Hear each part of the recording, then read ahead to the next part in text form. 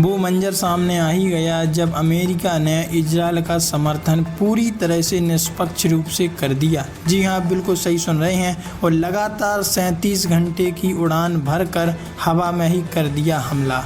जी हाँ, बिल्कुल सही सुन रहे हैं। इस वक्त बहुत कुछ चल रहा है जियो पॉलिटिक्स में। आइए जानते हैं क्या है पूरा मामला और कैसे जो ट्रंप बार बार कहते हैं कि इस युद्ध में हमारी भूमिका नहीं थी और नहीं है, वो आज खुद इजरायल का समर्थन करने में लग गए और त्रासदी को अंजाम दे रही हैं। देखो, खबर सामने आ रही है। लगातार 37 घंटे भरी उड़ान, हवा में ही भरा तेल। अमेरिका के 6B2 बम्बर्स ने कैसे ईरान के न्यूक्लियर साइट्स पर किया हमला। लगातार 37 घंटे तक आसमान में उड़ते रहना, रास्ते में कई बार हवा में ही ईंधन भरना और फिर दुश्मन देश के सबसे सुरक्षित परमाणु ठिकानों पर अचूक हमला करना, ये बहुत बड़ी साजिश है। यह कोई काल्पनिक कहानी नहीं बल्कि अमेरिका की एक वास्तविक सैन्य रणनीति और कार्रवाई थी जिसने रविवार सुबह पूरी दुनिया को चौंका दिया। अमेरिका और ईरान के बीच चल रहे तनाव ने रविवार सुबह एक और खतरनाक मोड़ ले लिया और पूरे विश्व भर के लोगों को ये दिखा दिया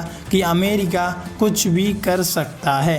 दरअसल अमेरिका के अत्याधुनिक B2 स्पिरिट स्टेल्थ बम्बर्स ने ईरान के 3 प्रमुख परमाणु ठिकानों फोर्डो और इस्फान पर भीषण हमला कर दिया। 37 घंटे तक लगातार आसमान में रहे बम्बर्स मिजूरी अमेरिका से उड़ान भरने के बाद इन B2 बम्बर्स ने बिना जमीन पर उतरे लगातार करीब 37 घंटे की उड़ान भरी। इस दौरान उन्होंने कई बार हवा में ही ईंधन भरा ताकि बिना रुके मिशन को अंजाम तक पहुंचाया जा सके। ऐसे ऑपरेशन को लॉन्ग रेंज स्ट्राइक का चरम उदाहरण माना जाता है। फोर्डो बंकर बस्टर से उड़ाया गया सबसे सुरक्षित परमाणु अड्डा। ईरान का फोर्डो न्यूक्लियर साइट, जो कि पहाड़ों के नीचे गहराई में बना हुआ है और अत्यंत सुरक्षित माना जाता था, इस हमले में सबसे बड़ा निशाना बना। राष्ट्रपति ट्रंप ने साफ शब्दों में कहा, फोर्डो इज गॉन, यानी फोर्डो अब नहीं रहा। ये हमला खास तरह के GBU-57 massive ordnance penetrator bunker buster बमों से किया गया,